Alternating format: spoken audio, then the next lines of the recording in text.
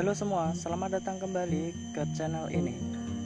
Di sini saya akan melanjutkan pembahasan dari light novel Mondaichi Tachi. Buat kalian yang belum nonton part sebelumnya, saya saranin untuk nonton videonya terlebih dahulu. Oke, gak perlu berlama-lama lagi, langsung saja ke pembahasan. Di ruang tahta kastil vampir, tiba-tiba Leticia terbangun. Leticia mulai tersadar. Uap keringat dan kulitnya yang tampak memerah, dan dia merasakan kelelahan yang menyelimuti tubuhnya. Itu karena bayangan miliknya telah berhasil dikalahkan, yang membuat Leticia asli juga merasakan apa yang telah terjadi pada bayangan miliknya. Di ruang tahta ada Kasukabe, Garol, Jack, dan yang lainnya yang sedang memecahkan teka-teki. Di sini, Garol menyapa Leticia yang sudah mulai sadar dan mengajaknya mengobrol. Garol sudah mengenal Leticia sejak lama dan dia baru saja melihatnya lagi. Leticia mengingat saat dia sebelumnya juga pernah menjadi host saat menjadi Raja Iblis. Dan dia juga merasa bersalah karena saat ini pun dia kembali menjadi Raja Iblis dan membuat sebuah game. Garol menanyakan tentang 3 tahun lalu saat Leticia menjadi Raja Iblis. Leticia mengatakan jika saat itu Kanaria membiarkan dia lari dan menemukan cara yang membuat game saat itu ditunda untuk waktu yang tidak ditentukan.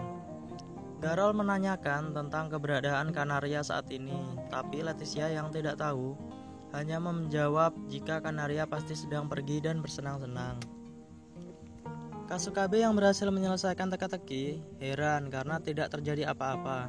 Tapi Leticia mengatakan jika game akan segera dilanjutkan dan meminta kepada mereka untuk segera menyelesaikan game selagi Leticia masih bisa mengendalikan naga. Tapi Kasukabe berpikir jika itu kesalahannya yang membuat game tiba-tiba berlanjut meski masih dalam gencatan senjata. Leticia mengatakan kepada Kasukabe jika itu tidak benar dan mengapa game dilanjutkan itu karena syarat kemenangan peserta sudah hampir terpenuhi, dan meminta Kasukabe untuk memecahkan teka-teki terakhirnya. Kasukabe masih panik dan tidak tahu apa yang harus dilakukannya. Garol yang melihat itu sedikit memprovokasi Kasukabe dengan mengatakan jika ayah Kasukabe, yaitu Kasukabe Koumei, dulunya adalah orang yang hebat yang telah ikut menyelamatkan Underwood 10 tahun yang lalu. Kasukabe terdiam karena dia tidak menyangka jika ada orang yang mengenal ayahnya dan memperlakukan ayahnya dengan baik. Garol terus meyakinkan Kasukabe jika dia pasti bisa memecahkan teka-teki ini dan menyelesaikan game. Kasukabe kemudian kembali berpikir tentang ke-12 zodiak, dan singkat cerita, dia mencapai kesimpulan jika bukan hanya ada 12 zodiak, melainkan ada 13.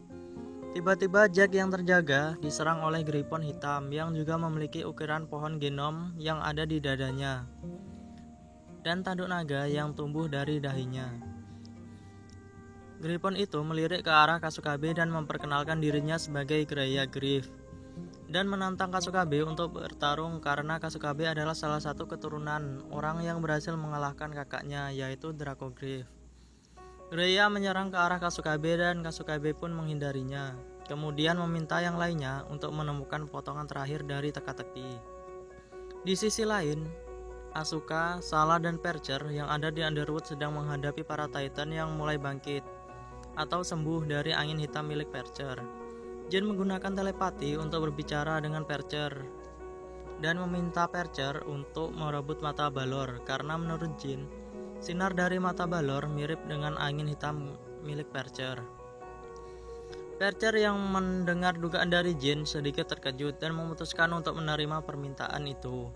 Jin juga meminta Percher untuk bekerja sama dengan Asuka. Percher melirik ke arah Asuka dan Asuka menanyakan apakah Percher sudah mempunyai rencana. Percher menjawab ini akan menjadi pertaruhan kecil dengan 1 kali kesempatan, dan menawarkan Asuka apakah dia berniat untuk bergabung. Karena mereka telah terpojok, maka Asuka mengikuti rencana yang akan dilakukan oleh Percher. Rencananya adalah Asuka dan Din akan membukakan jalan menuju ke arah Aura yang sedang memegang mata Balor, sedangkan Percher akan merebutnya. Oh iya, sebelumnya saya minta maaf karena sebelumnya saya salah menyebutkan nama karakter. Sebelumnya saya kira Rin itu bersama Aura, tapi waktu saya nyari tahu di fandom ternyata itu adalah Your Highness atau Yang Mulia dari kelompok Raja Iblis. Dan Aura yang asli adalah orang yang membawa harpa dengan jubah hitam yang sebelumnya membawa Leticia. Oke, lanjut ke cerita.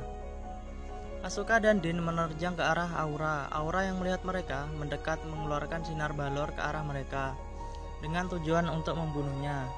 Tapi itu tidak berhasil karena Din memiliki resistensi seperti saat sebelumnya dia menghentikan wabah hitam milik Percher. Aura kemudian menggunakan harpa miliknya dan mengeluarkan sambaran petir dari langit menuju Din. Tapi Din masih tetap bisa bertahan.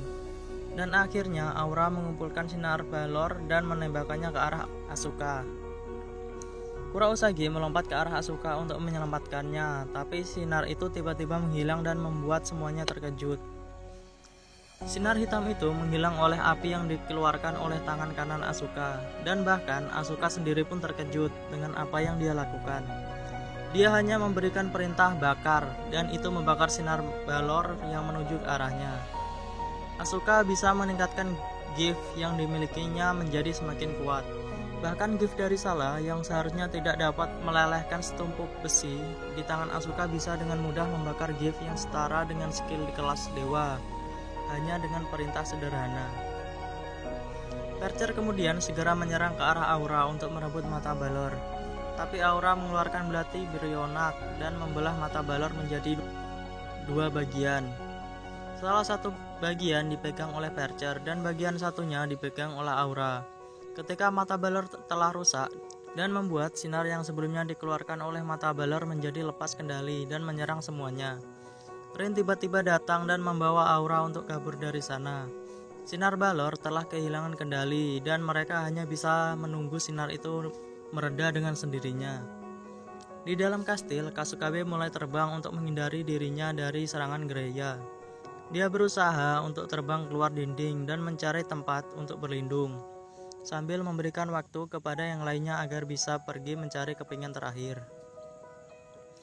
Greya mulai mengaum dan DNA miliknya berubah dengan ukiran pohon genom yang ada di dadanya. Greya menumbuhkan taring dan dua kepala dari lehernya yang membuatnya kini berubah dari seekor gripon menjadi seekor anjing Cerberus yang memiliki 3 kepala. Greya yang mengetahui tempat Kasukabe bersembunyi kemudian melancarkan serangan badai pasir yang menuju Kasukabe. Kasukabe kemudian menghindar dengan terbang tapi segera disusul oleh Greya dan hampir menggigit Kasukabe. Tapi untungnya Kasukabe masih bisa menghindarinya. Greya terus menyerang dengan taringnya dan hanya satu serangan kecil yang bisa mengenai Kasukabe, sehingga kaki Kasukabe terluka dengan serius dan meneteskan darah. Kasukabe menendang hidung Cerberus itu dan menjauhinya. Kasukabe merasa kesakitan karena mendarat ke tanah dengan tidak sempurna. Greya bertanya kenapa Kasukabe tidak berubah menggunakan gift-nya. Kasukabe bertanya-tanya apa yang dimaksud oleh Greya. Dan Greya pun menjelaskan jika gift dari pohon genom itu dapat menciptakan senjata genom. Penggunaannya akan bisa berubah menggunakan data dari ras lain melalui kontak fisik.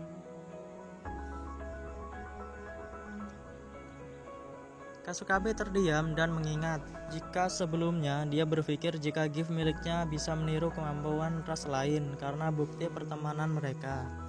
Tapi sekarang dia sedikit memahami gift miliknya. Greya mengasihani Kasukabe karena dia berpikir jika ayahnya membuatnya menjadi seorang monster karena akan muncul mutan dari dalam tubuh Kasukabe dan merusaknya dari dalam.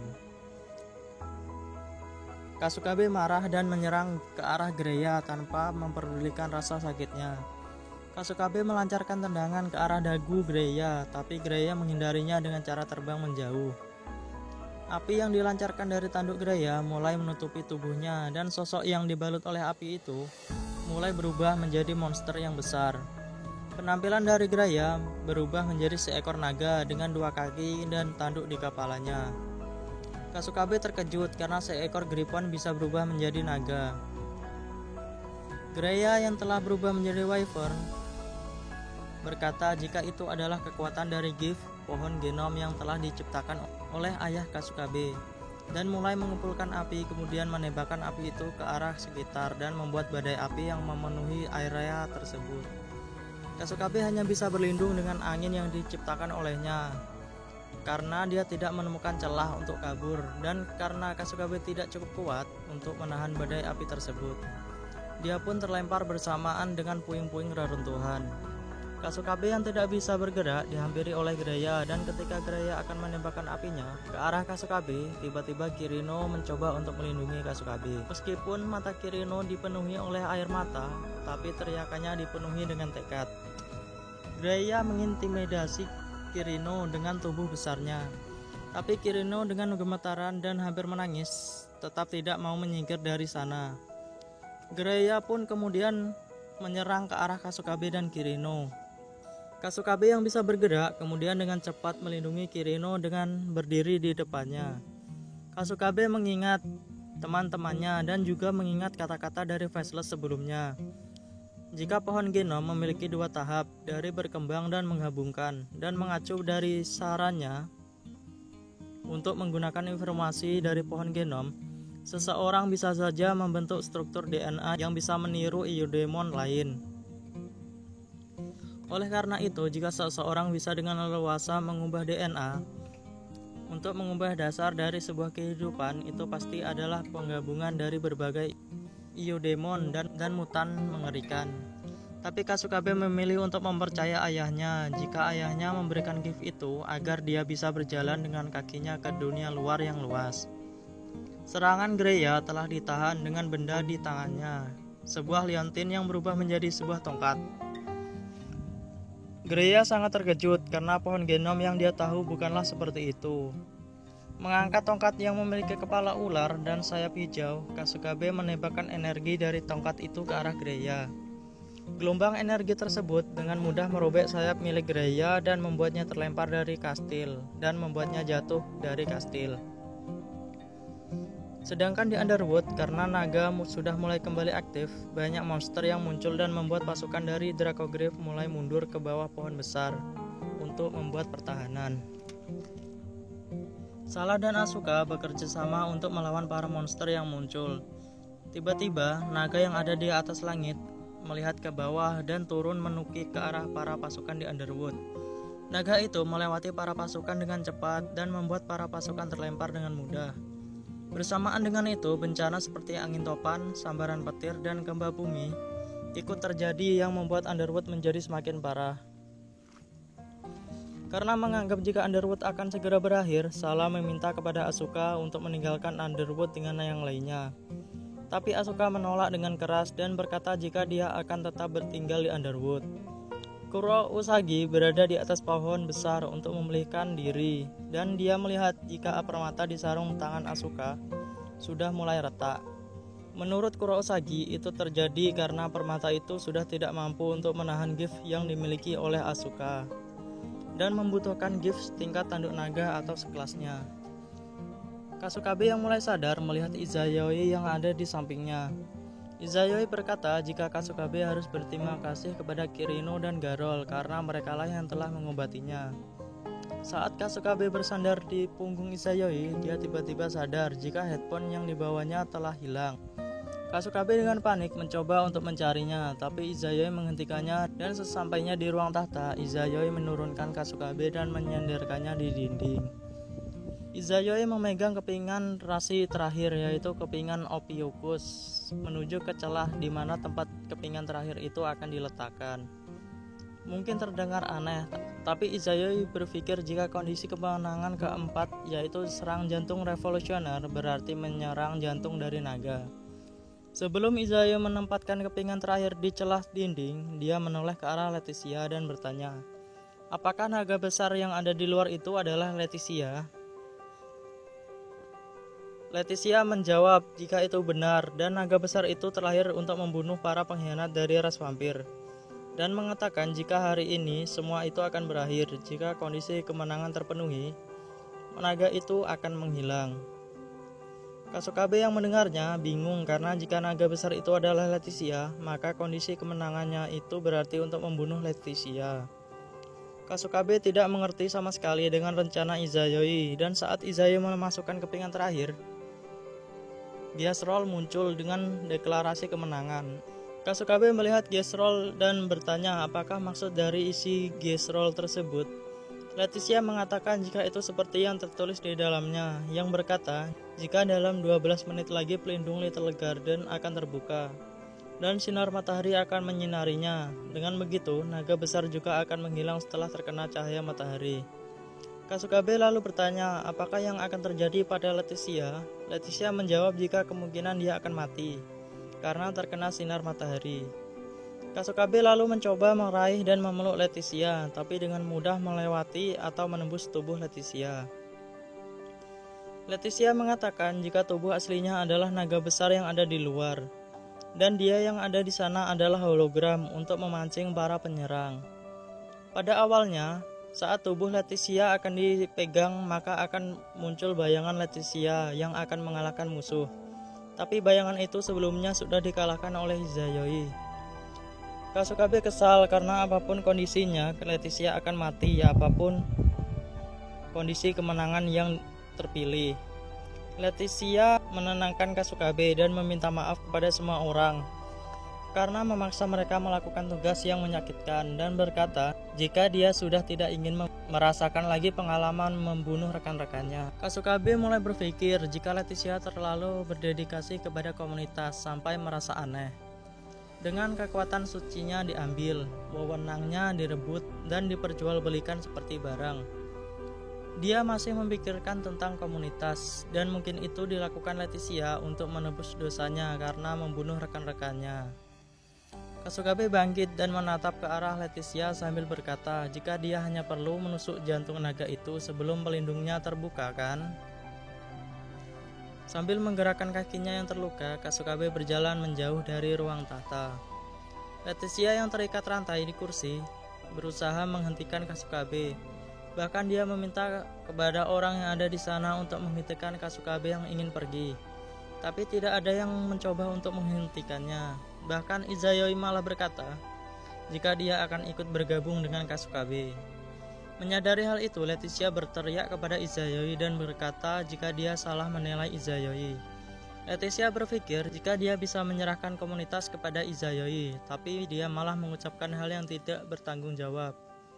Izayoi berkata jika dia tidak hanya membiarkan rekannya melanjutkan kematiannya, tapi dia akan juga mengikuti jejaknya.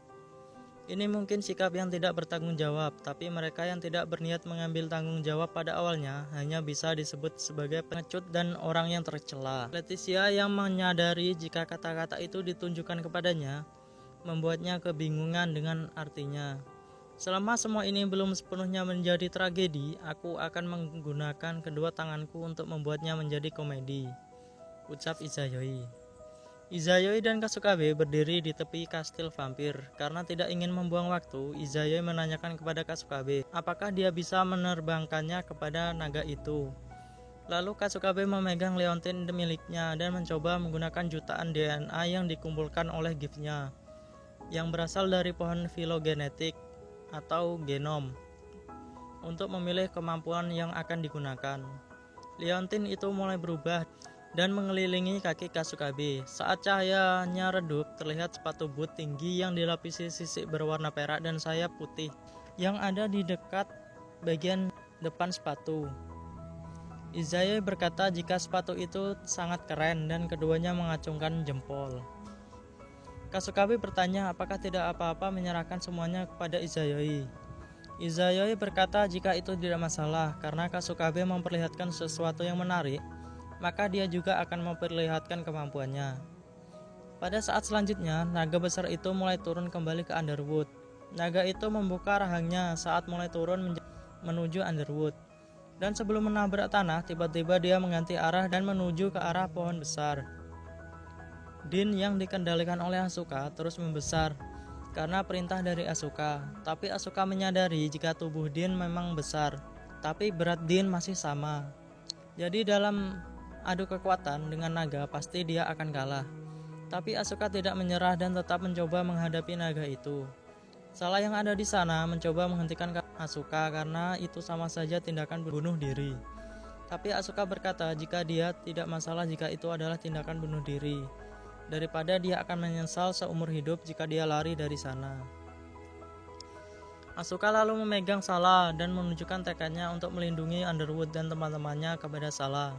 Salah yang melihat tekad Asuka, dia kemudian membulatkan tekadnya juga dan mengeluarkan pedang. Kemudian Salah memotong tanduknya yang merupakan simbol kebanggaan dari naga.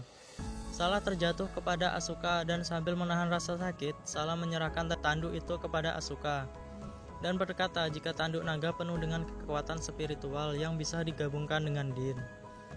Tapi Salah masih belum yakin jika itu cukup untuk menghentikan naga tersebut. Saat tanduk itu disatukan dengan Din, inti yang kosong mulai mengeluarkan angin kemerahan yang panas di sekitarnya. Sambil terus memeluk Salah, Asuka meneriakkan kepada Din untuk menyerang ke arah naga. Din menahan naga tersebut dengan tangannya, tapi karena naga itu sangat panjang, Din tetap terdorong ke belakang oleh naga tersebut. Lalu Din melancarkan pukulan dari arah bawah yang membuat naga itu terlempar ke udara. Naga itu masih tidak melepaskan Din dan membuatnya ikut terbawa melayang bersamanya. Asuka mulai melihat pelindung Little Garden yang mulai menghilang, dan naga yang menuju ke arah terbukanya pelindung itu ikut menghilang setelah terkena sinar matahari. Saat tubuh besarnya mulai tembus pandang, simbol kerajaan yang terukir di dadanya mulai terlihat. Izayoi meluncur ke arah naga tersebut dan dia menyatukan cahaya yang dibuat di tangan kanannya menjadi terlihat seperti sebuah pilar dan melemparkannya sampai menembus jantung naga tersebut. Oke, untuk sedikit spoiler, kemampuan yang dipakai Izayoi itu bernama Aurora Pilar. Itu adalah salah satu kemampuan terkuat milik Izayoi. Jadi jangan heran benda sekecil itu bisa menembus tubuh naga dengan mudah. Di ruang VIP, Leticia tersadar setelah tertidur selama 2 hari. Leticia yang bangun melihat Kasukabe dan bertanya apakah dia menunggunya sampai sadar selama ini. Kasukabe menjawab jika mereka bergantian menjaga Leticia. Karena jika tidak ada orang yang berada di samping Leticia saat dia sadar, maka itu akan membuat Leticia menjadi bingung. Kurousagi masuk ke dalam ruangan untuk menggantikan Kasukabe menjaga Leticia. Tapi saat dia masuk, Kurousagi melihat Leticia yang mulai sadar dan memanggil yang lainnya untuk datang. Leticia merasa nostalgia dengan keberadaan Kurousagi dan yang lainnya, dan menangis bahagia karena dia memiliki rekan seperti mereka. Singkat cerita, Leticia kembali tertidur sambil menunggu festival panen kembali dimulai.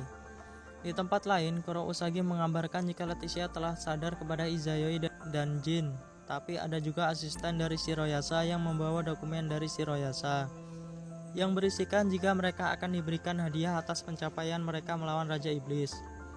Izayoi dan Kurousagi tidak memiliki keinginan khusus saat ini dan bertanya apakah Jin memiliki hal yang dia inginkan.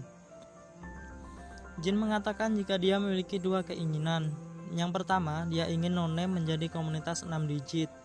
Dan yang kedua, mengembalikan semua daerah dan fasilitas yang dimiliki Nonem dulunya di wilayah 6 digit.